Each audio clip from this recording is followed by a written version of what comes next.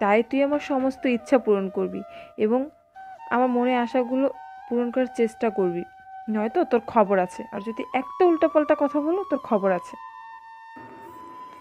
আনহা এই সমস্ত কথা বলে আবার গায়েব হয়ে যায়। এদিকে নিরীহ আকাশ মদনের মতো চোখ পাকিয়ে তাকিয়েছে আনহা চলে যাওয়ার দিকে। আনহা চলে গেলে পরীর পালকে। তখনই আকাশ বড় একটা নিঃশ্বাস ছেড়ে বলে, ও আল্লাহ, এই মেয়ে আসলেই মাথায় সমস্যা। না না, মানে মাথা ভালো, আর কিছুই বলবো না আমি এই মেয়েকে নিয়ে। না হয় আবারও ভূতের মতো প্রকট হয়ে এসে কয়েকটা দিয়ে চলে যাবে। আকাশ আনহার ভয়ে কিছু বলতে চেয়েও আর বলে না, কারণ খামোখা মার খাওয়ার মতো ইচ্ছে নেই তার। তাই সে পরবর্তীতে কিছু বলতে যেয়েও থেমে যায়। এভাবেই কিছু সময় কেটে যায়। আর আকাশ সময় নষ্ট না করে ঘুমে প্রবেশ করে ঘুমিয়ে পড়ে। এক ঘুমেই মাগরিব হয়ে যায়। মাগরিবের সময় উঠে ফ্রেশ হয়ে কিছুক্ষণ বই নিয়ে নাস্তাতাড়ি করে। এর মধ্যে আনহা আর জামিনে প্রকট হয়নি। তবে আকাশ জানে আনহা এখন না আসলেও রাতে যাবে। তাই সে রাতের বেলায় আনহা আসার অপেক্ষা করতে থাকে। অপেক্ষার প্রহর কাটে রাতে 11টার সময়। রাত 11টায় আনহা আকাশের সামনে এসে প্রকট হয়। আনহাকে দেখে আকাশের মন খুশি হয়ে যায়, কারণ সে এখন আনহাকে অনেক ভালোবাসে। আর ভালোবাসার মানুষকে দেখতে সবারই ভালো লাগে। আনহা আকাশের কাছে এসে তাকে বলে, আকাশ, তোমাকে পরিপালকে নিয়ে যাওয়ার পন্থা আমি পেয়ে গেছি। কি পন্থা? তোমায় আমি সশরীরেই পরিপালকের সামনে নিয়ে যাব। তারপর তোমার মধ্যে আমার সোল মানে আত্মা প্রবেশ করিয়ে দিব, যার ফলে তুমি পুরোপুরি আমার রূপ ধারণ করবে এবং আমার সুপারন্যাচারাল সমস্ত পাওয়ার তোমার মধ্যে কনভার্ট হয়ে যাবে, যার দরুন তুমি পরিপালকে প্রবেশ করতে পারবে। আমার মধ্যে তোমার আত্মা প্রবেশ করলে তুমি কিভাবে কি করবে? আত্মা ছাড়া তো তুমি মরে যাবে। না না, মরবে না। তবে যত সময় আমার সোল তোমার মধ্যে থাকবে, তত সময় মরার মতো পড়ে থাকবো আমি। আর তুমি পরিপালকে প্রবেশ করে মায়াকালের আয়নার সামনে দাঁড়িয়ে তোমার যে কোনো চাহিদার কথা বলতে পারবে। অবশ্য চাকরির চাহিদাটাই করবে। তারপর ফিরে এসে আমার কণ্ঠিতে আঙ্গুলের সাথে সাথে তোমার কণ্ঠি আঙ্গুল মিলিয়ে দিলে সব কিছু ঠিক হয়ে যাবে। ঠিক আছে, কিন্তু জিনিসটা আমার কেমন যেন লাগছে। আরে তুমি এত কিছু ভাবো না। তোমার জন্য আমার প্রাণ গেলেও আমার কিচ্ছু আসে যায় না। তবে আশা করি কিচ্ছুই হবে না। আচ্ছা ঠিক আছে, কিন্তু কখন যাবে সেখানে? এক্ষুনি তুমি চোখ বন্ধ করো। আমি যত সময় পর্যন্ত তোমার চোখ খুলতে বলবো না, তত সময় তুমি চোখ খুলবে না, কারণ এর মধ্যে চোখ খুলে তুমি নিচে চলে যাবে। আচ্ছা। এবার চোখ বন্ধ করো। আনহার কথা মতো চোখ বন্ধ করতে সে আমায় শক্ত করে জড়িয়ে ধরলো।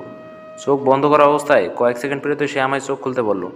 আমি চোখ খুলতেই নিজেকে আবিষ্কার করলাম বিশাল বড় একটা দ্বীপের মধ্যে দাঁড়িয়ে আছি, যার আশেপাশে কারো কারো সারা শব্দ শুনতে পাচ্ছি না। ঘুটঘুটে অন্ধকার একটা দ্বীপ, তবে দ্বীপটা সমুদ্রের মাঝামাঝি, সেটা উপলব্ধি করতে পারছি আমি, কারণ ঢেউয়ের আওয়াজ কানে ভেসে আসছে। আমি এসব নিয়ে ভাবছিলাম, তখনই খপ করে আনহা আমার হাত চেপে ধরে আমাকে বলল, এখানের আবহাওয়া বেশি একটা ভালো না। তুমি বেশি একটা সময় এখানে নিঃশ্বাস নিতে পারবে না। তাই জলদি সব করতে হবে। তাই আমি কি বলি মন দিয়ে শোনো। কিছুটা দূরেই আমাদের পরিপালক।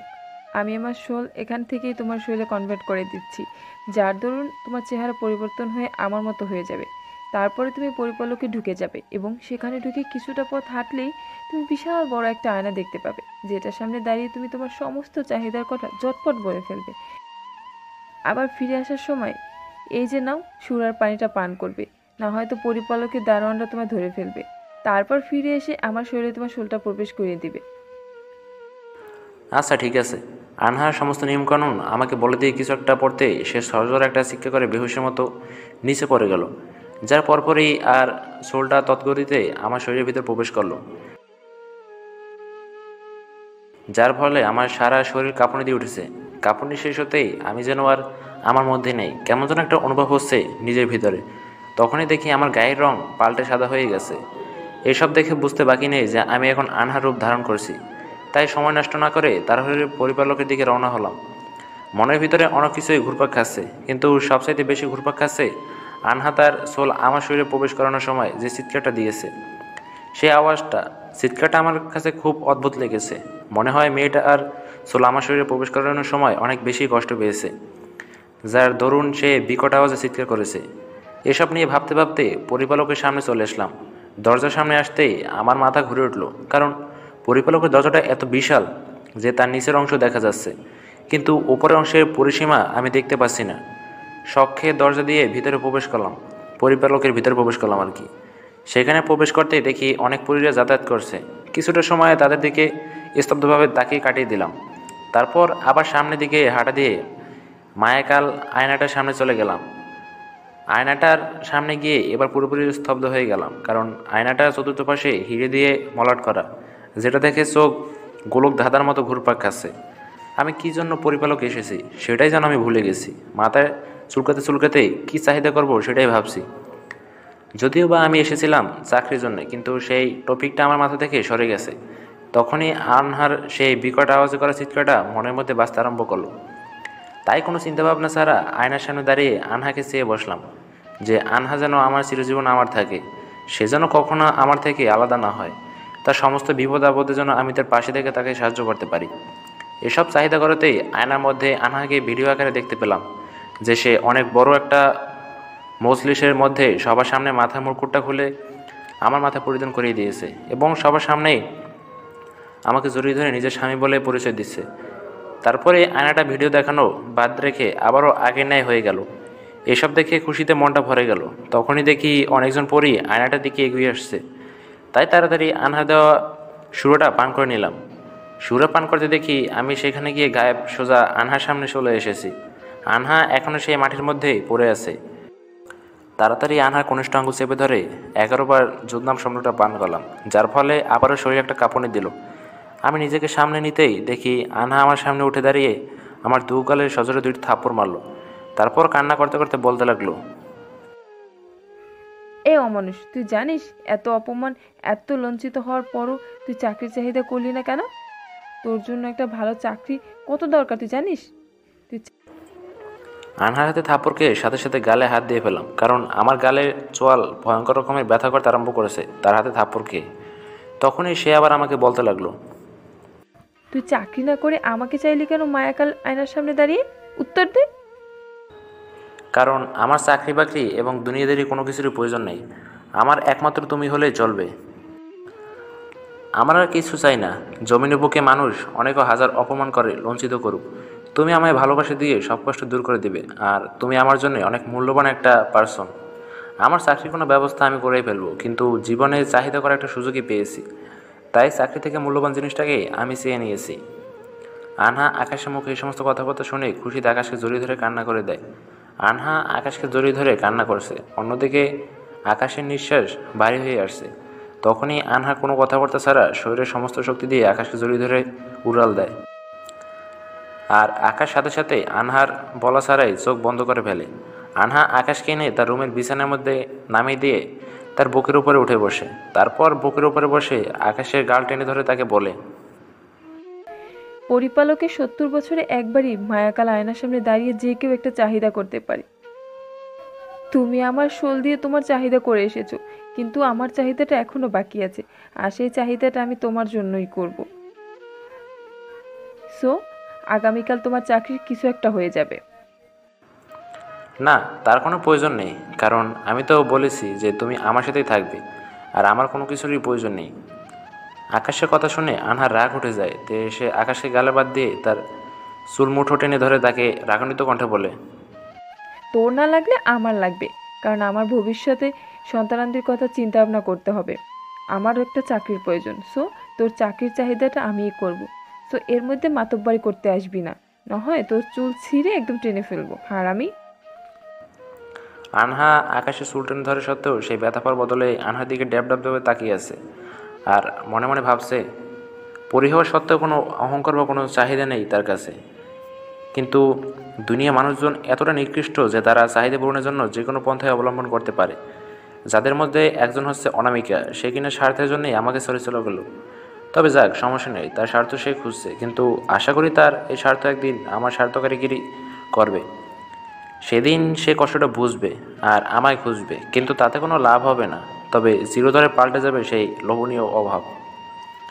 আকাশ এসব নিয়ে কল্পনা জল্পনা করছিল, আর অন্যদিকে আনহা তার দিকে অগ্নিদৃষ্টিতে তাকিয়ে আছে, কারণ আকাশ অনামিকের কথা চিন্তা করায় আনহার জেলাসি হচ্ছে। অন্যদিকে আকাশের কল্পনাতেও নেই যে আনহা একবার তাকে আস্থা গিলো খেলার প্ল্যান করছে। তখনই আনহা আকাশে দুটো কালে কষে থাপ্পড় লাগিয়ে দেয়। আনহার হাতে থাপ্পড় খেয়ে আকাশের হুঁশ জায়গা মতো চলে আসে। তাই সে আনহাকে জিজ্ঞেস করে, কি হলো, মারলে কেন তুমি আমায়?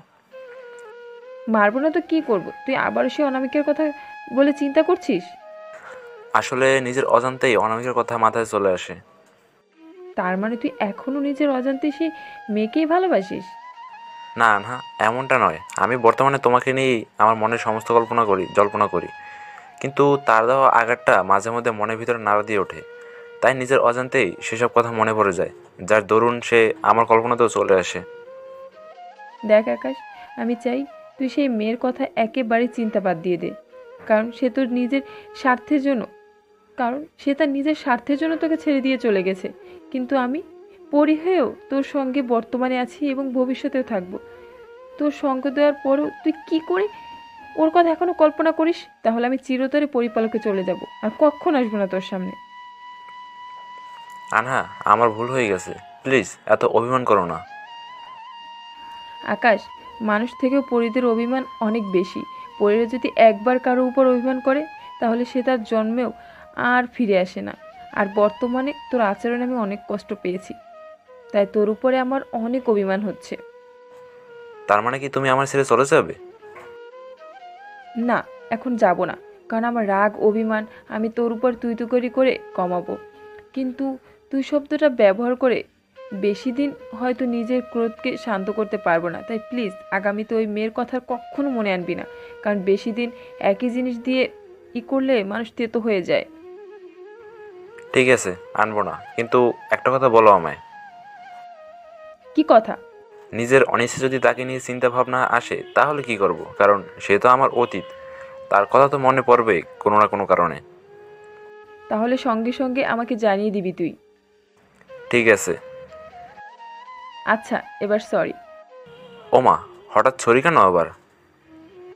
কারণ একে তো তোমায় মেরেছি, তার উপর তুই তুই করে করেছি, তাই সরি। এই, একদম সরিটরি বলবে না, কারণ তোমার জেলাসি হওয়া স্বাভাবিক ব্যাপার।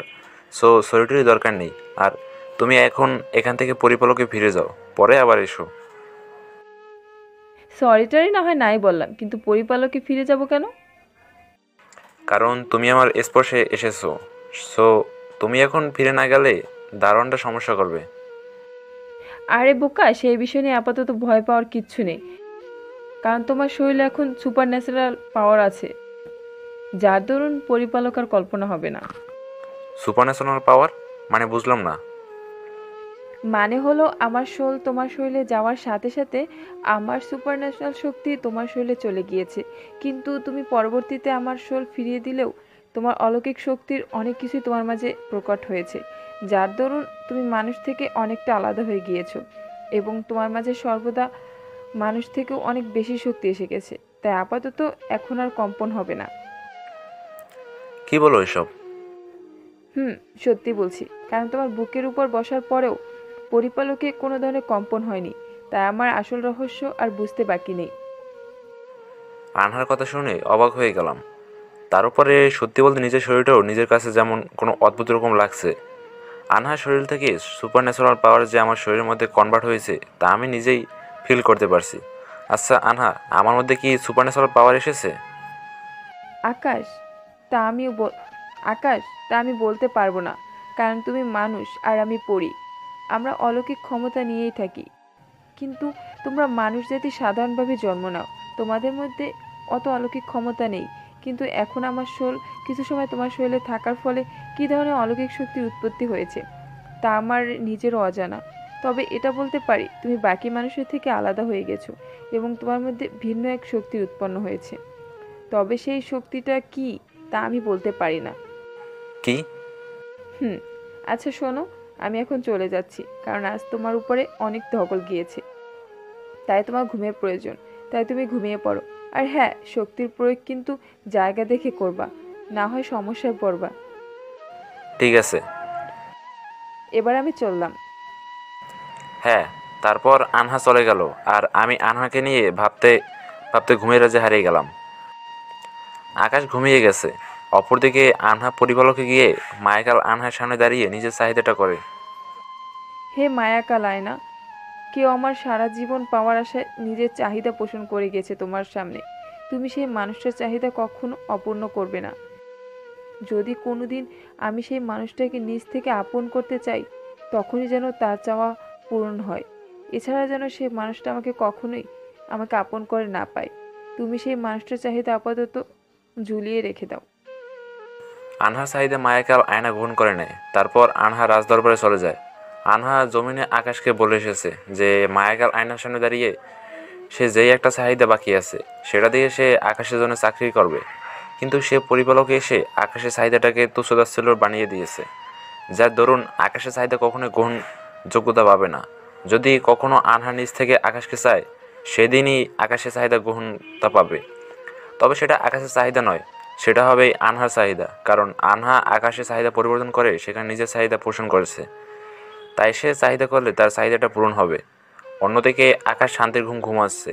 তার কল্পনাতে নেই যে আনহা তার সমস্ত আশাকাঙ্ক্ষা শেষ করে দিয়েছে। ভোর সকালে আকাশের ঘুম ভাঙে। সে ঘুম থেকে উঠে রেডি হয়ে কলেজের উদ্দেশ্যে রওনা হয়। তখনই মাঝপথে কয়েকজন লোক মুখে কালো কাপড় বেঁধে আকাশের পথ আটকে তাকে জোর জবরদস্তি গাড়িতে তুলে অচেনা একটা জায়গায় নিয়ে আসে। তারপর তাকে গাড়ি থেকে নামিয়ে একটা ঘরের মধ্যে আনে, যে ঘরটা গ্লাস দিয়ে চারপাশ থেকে ডিজাইন করা, যার কোনো দেওয়াল নাই, চারপাশে লাগানো গ্লাসগুলো ঘরের দেওয়াল। পরিশেষে তারা আকাশে একটা চেয়ারের সাথে শক্ত করে শিকল দিয়ে বেঁধে তার মধ্যে তালা লাগিয়ে দেয়। আকাশ তাদের এরূপ কর্মকাণ্ড দেখে থতমত খেয়ে যায়। সে লোকগুলোর দিকে অবাক চোখে তাকিয়ে আছে। তখনই সেই ঘরের মধ্যে শুটবুট পরে একটা লোক প্রবেশ করে। আকাশ তাকে জিজ্ঞেস করে, আপনারা কারা, আর আমাকে এখানে কেন উঠিয়ে এনেছেন? আমি আপনাদের কী ক্ষতি করেছি? সমস্ত কিছুর উত্তর তুমি পেয়ে যাবে। তার আগে তোমাকে একটা পরীক্ষা দিতে হবে। কেমন পরীক্ষা? ধৈর্য ধরো, কয়েক মিনিটের মধ্যে দেখতে পারবে। তারপর লোকটা একজনকে বলে চতুর পাশ থেকে পানির কল ছেড়ে দিতে। লোকটার কথা মতো একজন গিয়ে অনেক কয়টা পানির কল ছেড়ে দেয়, যেটা থেকে আকাশে মাথা আরও ঘোলাটে হতে থাকে। তাই সে লোকটাকে আবারও জিজ্ঞেস করে, এই আপনি কি করতে চাচ্ছেন আমার সাথে? অনেক কিছু করতে চাচ্ছি। এই যে নাও চাবির তোরা, এখানে 70খানা চাবি আছে। তোমার হাতে সময় মাত্র 1 মিনিট। এই 1 মিনিটের মধ্যে এই চাবির তোরা থেকে আসল চাবি বের করে সেটা দিয়ে তোমার হাতে তালা খুলে রুম থেকে বের হয়ে যেতে হবে। না হয় 1 মিনিটের মধ্যে রুমটা পানি দ্বারা ভরপুর হয়ে যাবে আর তুমি পানিতে ডুবে মরবে। সো তোমার টাইম শুরু হচ্ছে এখন থেকে। আকাশের হাতে চাবির তোড়াটা দিয়ে সবাই রুম থেকে বের হয়ে অন্য রুমে চলে যায়। সবাই অন্য রুম থেকে আকাশকে ফলো করছে, আর পানি আস্তে আস্তে রুমের মধ্যে পড়তে আরম্ভ করছে। কিন্তু আকাশ এখনও চুপচাপ বসে আছে। তাই সে ছুটপুট পড়া লোকটার আশেপাশে রুম থেকে আকাশের রুমে লাগানো স্পিকার দ্বারা তাকে সতর্ক করে বলে, আকাশ, সময় নষ্ট না করে নিজে প্রাণ বাঁচানোর প্রয়াস করো, না হয় সত্যি তুমি মারা পড়বে। তোমায় কিন্তু কেউ বাঁচাতে আসবে না। আকাশ লোকটার কথা শুনে এবার পুরোপুরি ঘাবড়ে যায়। তার উপরে পানি তার হাঁটু পর্যন্ত চলে এসেছে। তাই সে তাড়াতাড়ি করে চাবি দিয়ে তালা খুলতে আরম্ভ করে। সে প্রায় 15 থেকে 18টা চাবি দিয়ে তালা খোলার ট্রাই করে, কিন্তু সে সফল হয় না তালা খোলায়। এর মধ্যে পানি তার বুক পর্যন্ত চলে এসেছে। সে আবারও ট্রাই করতে আরম্ভ করলো। এবারও সে অসফল হয় তালা খোলায়, যার কারণে তার প্রচণ্ড রাগ উঠে যায়। তাই সে শরীরের সমস্ত শক্তি দিয়ে শিকলটাকে সজোরে এক টান মারে, যার ফলে তালাটা অটো হয়ে নিচে পড়ে যায় এবং শিকলের প্রতিটা পার্ট তার জয়েন্ট থেকে ছুটে যায়। আর রুমের মধ্যে বিশাল বড় একটা বিস্ফোরণ হয়ে পানি বন্ধ হয়ে যায়। গ্লাসের অপর পাশ থেকে লোকটা আকাশের এইরূপ কর্মকাণ্ড দেখে তাজ্জব হয়ে যায়। তাই সে চটজলদি আকাশের কাছে আসে। আকাশ এবার তার উপরেও খেপে যায়। তাই সে লোকটার দিকে এগোতে থাকে আর রাগান্বিত ভাব নিয়ে থাকে। তখনই লোকটা কোমর থেকে পিস্তল বের করে আকাশের দিকে তাক করে ধরে, যা দেখে আকাশ জায়গার মধ্যে দাঁড়িয়ে যায়। সে আর সামনের দিকে অগ্রসর হয় না, কারণ প্রাণ হারানোর ভয় সবারই আছে। তখনই লোকটা পিস্তল নিয়ে নিচে নামিয়ে আকাশকে জিজ্ঞেস করে, আকাশ, তুমি এটা করলে কি করে? এত মোটা শিকল তুমি টান দিয়ে সবকটা জয়েন্ট থেকে আলাদা করে ফেলেছো, আর তাছাড়া চেয়ারটাও ভেঙে ফেলেছো তুমি। সেসব জেনে আপনার লাভ নেই। আপনি আমায় কেন উঠিয়ে এনেছেন সেটার উত্তর দিন। আর আপনি আমার নাম জানলেন কী করে সেটার বিষয়েও খোলাসা করেন তো একটু। দেখো, এত উত্তেজিত হওয়ার কিছু নেই। তুমি খেলে আমার প্রশ্নের উত্তরটা দাও, তারপর আমি তোমার সবকটা কথার উত্তর দিচ্ছি। আকাশ, তুমি কিভাবে এমনটা করেছো? কীভাবে করব আবার? নিজের শক্তি দিয়ে করেছি। আকাশ, আমি সত্যি বিশ্বাস করতে পারছি না যে তুমি নিজের শরীরের শক্তি দিয়ে এমনটা করেছো। বিশ্বাস না হলে কিছুই করার নেই আমার। সো আপনি এবার আমার প্রশ্নের উত্তর দিন। লোকটা কিছুটা সময় আকাশের দিকে অদ্ভুতভাবে তাকিয়ে থাকে। কিছুক্ষণ এভাবে চেয়ে থেকে নিজেকে শান্ত করে আকাশকে বলে, দেখো, আমি কে সেই পরিচয়টা আমি তোমাকে দেব না। তবে তোমাকে এখানে উঠিয়ে এনেছি কেন সেটা ক্লিয়ার করছি।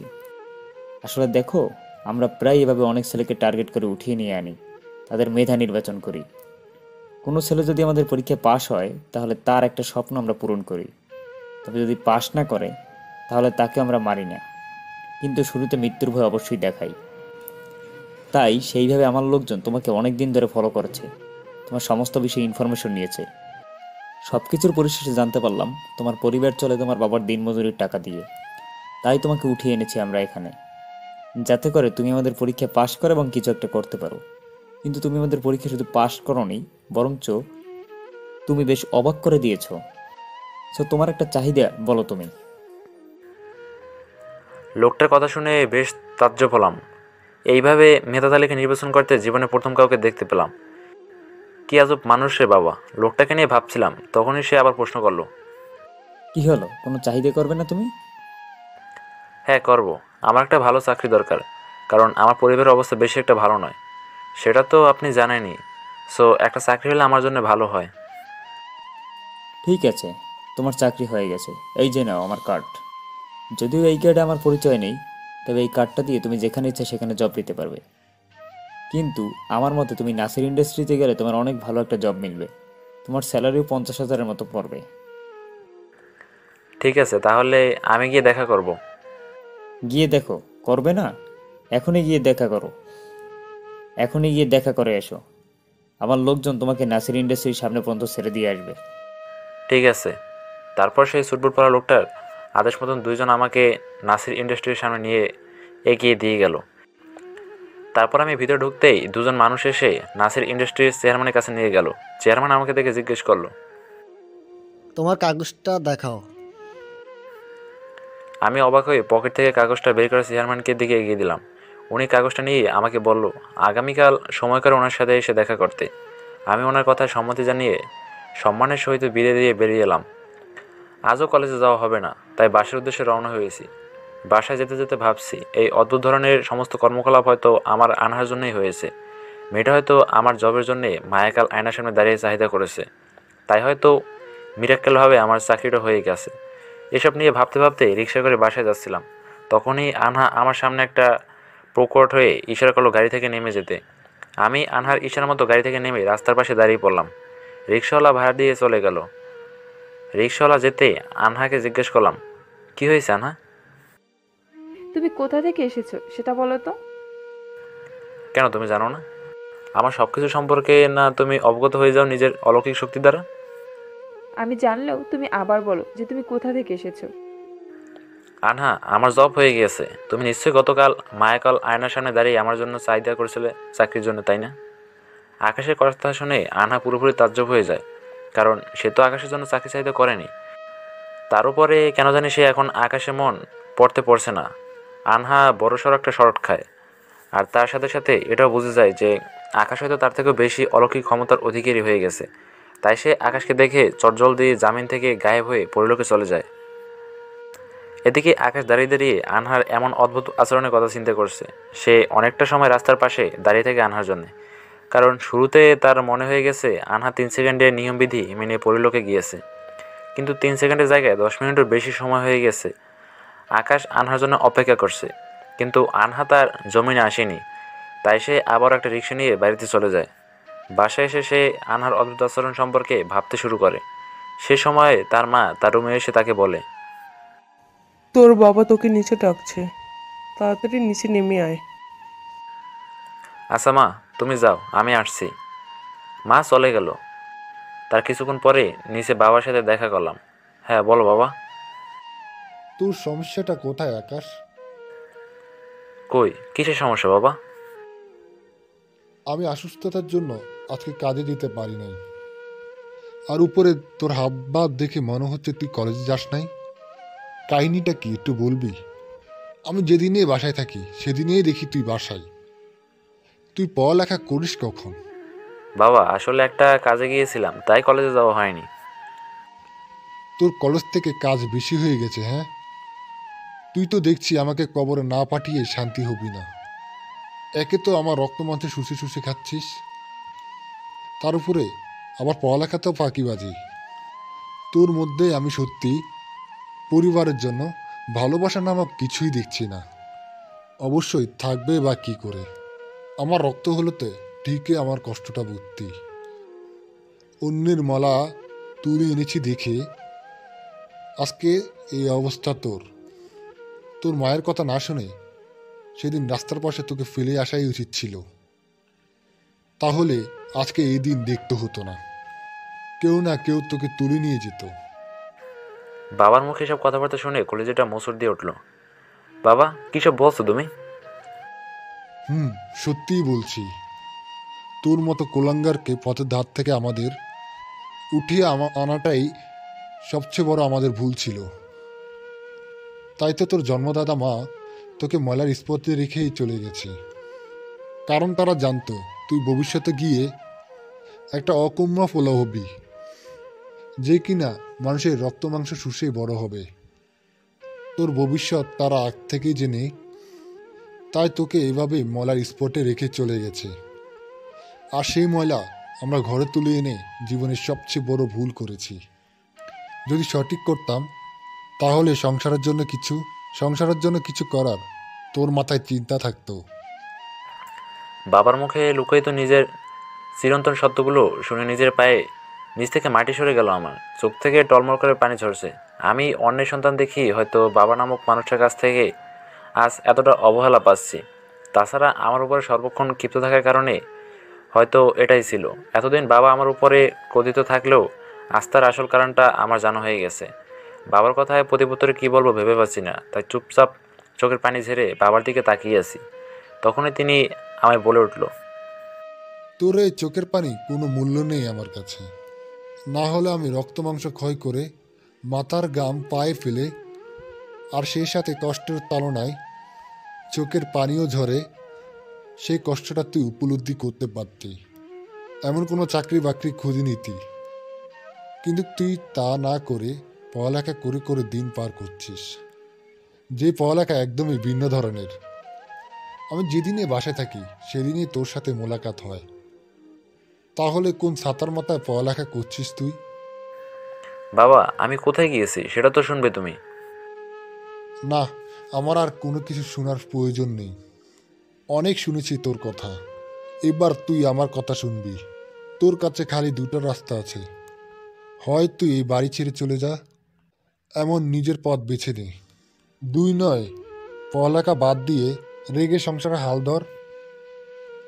কারণ তোর যে পড়ালেখার ধরন দেখছি সেটা দ্বারা তোর ভবিষ্যৎ কী হবে সেটা আমি আগের থেকেই দেখতে পাচ্ছি। তুই এবার সিদ্ধান্ত নে, তুই কি করবি। বাবা, তুমি না শুনলেও আমি কয়েকটা কথা বলি। মনে করো একটাই আমার শেষ কথা, তাই কথাগুলো আমার বলা থেকেও তোমার শোনা প্রয়োজন। দেখো, একটু আগে আমার জীবনে ভয়ঙ্কর এক রাজ খুলে তুমি আমার সামনে, যার পরে দুনিয়ার সমস্ত কিছু পানসে হয়ে গেছে আমার জন্যে। তাছাড়া তোমার সবসময় আমাকে বলো কিছু করতে। আমি আজ বহুদিন যাবৎ কিছু করার ট্রাই করছি, কিন্তু আজকে ফাইনালি আমার ভাগ্যের শাখা খুলে গেছে। আজ একটা ভালো জব লেগেছে, আমার জব পেয়েছি। তাই আজকে আর কলেজে যাওয়া হয়নি। জবের কাজ শেষ করে বাসায় চলে এসেছি, যাতে করে তোমাদেরকে সবাইকে কথাটা জানিয়ে দিই, কিছুটা সময় আনন্দ উল্লাস করতে পারি। কিন্তু তার আগেই আমার জীবনের এক ভয়ঙ্কর অতীত খুলে বসেছো তুমি। তার সাথে সাথে তুমি আমাকে দুনিয়ার সবচেয়ে দুর্গন্ধময় জিনিস ময়লা তার সাথে কিনা তুমি তুলনা করলে। শুধু তাই নয়, আমার জন্মসূত্রটাকেও খারাপভাবে ডেডিকেটেড করলে তুমি। যেখানে আমি তোমাদের সবাইকে খুশির সংবাদ দিতে আসলাম, সেখানে তোমরা আমাকে একদম পা দিয়ে কষলে মাটির সাথে মিশিয়ে দিলে। বাবা, আমি ভাবতেও পারিনি যে আমি অন্যের সন্তান। বাবা, আমি ভাবতেও পারি না যে আমার উপরে তোমার জন্মানো ক্রোধটা শুধু এই কারণেই। আমি তোমার সন্তান নই, তবে সমস্যা নেই। এখন আমি জেনে গেছি, এরপর আর আমার জন্য তোমাকে আর কোনো ধরনের কষ্ট করতে হবে না। আমি আগামীকাল সকালেই চিরতরে চলে যাব, আর এই মুখ তোমার সামনে আর কখনোই পড়বে না। তবে আমার একটা কথা শুনে এটা ভেবো না যে আমি চাকরি পেয়েছি বলে ঘর ছাড়ছি। আমি ঘর ছাড়ছি এই কারণে যে ঘরে আমার রক্তের কেউ নেই, তাই আমি ঘর ছাড়ছি। ভালো থেকো বাবা। আমি খালি আজকের দিনটাই এ বাসায় থাকবো। আগামীকাল সকাল হলে আমার ছেলেটা তুমি আর দেখতে পাবে না। তারপর নিজের রুমে চলে এসেছি। নিজের রুমে এসে চোখের পানি ছেড়ে দিয়ে বালিশ ভেজাচ্ছি। দুপুরে খাবারটাও খাইনি, না খেয়ে রুমের মধ্যে দরজা খেয়ে কান্না করতে করতে ঘুমিয়ে গেছি। সে দুপুরে এক ঘুমে এক রাতে 11টায় ঘুম থেকে উঠছি, তাও নিজ ইচ্ছায় ঘুম থেকে উঠিনি। ঘুম থেকে উঠেছি কারো হাতে স্পর্শে। ঘুম ভাঙার পর চোখ মেলে তাকিয়ে দেখি আনহা আমার মাথায় হাত বোলাচ্ছে। আমি উঠে গেছি। দেখতে পেয়ে আনহা আমাকে জিজ্ঞেস করলো, আকাশ, কি হয়েছে তোমার? তুমি কান্না করছো কেন? কান্নার কারণটাতে কি তুমি সত্যি জানো না আনহা? তোমার অলৌকিক শক্তিতে কি ভাটা পড়ছে নাকি? না, এমনটা নয়। আমি সব কিছু জানি, তাও তোমাকে জিজ্ঞেস করছি আবার। জানার পরও জিজ্ঞেস করো আমায়, আর আমার কষ্টটাকে দ্বিগুণ করে দিচ্ছ। সরি আকাশ। সরিটারের প্রয়োজন নেই, তুমি খালি আমার একটা প্রশ্নের উত্তর দাও। কি প্রশ্ন?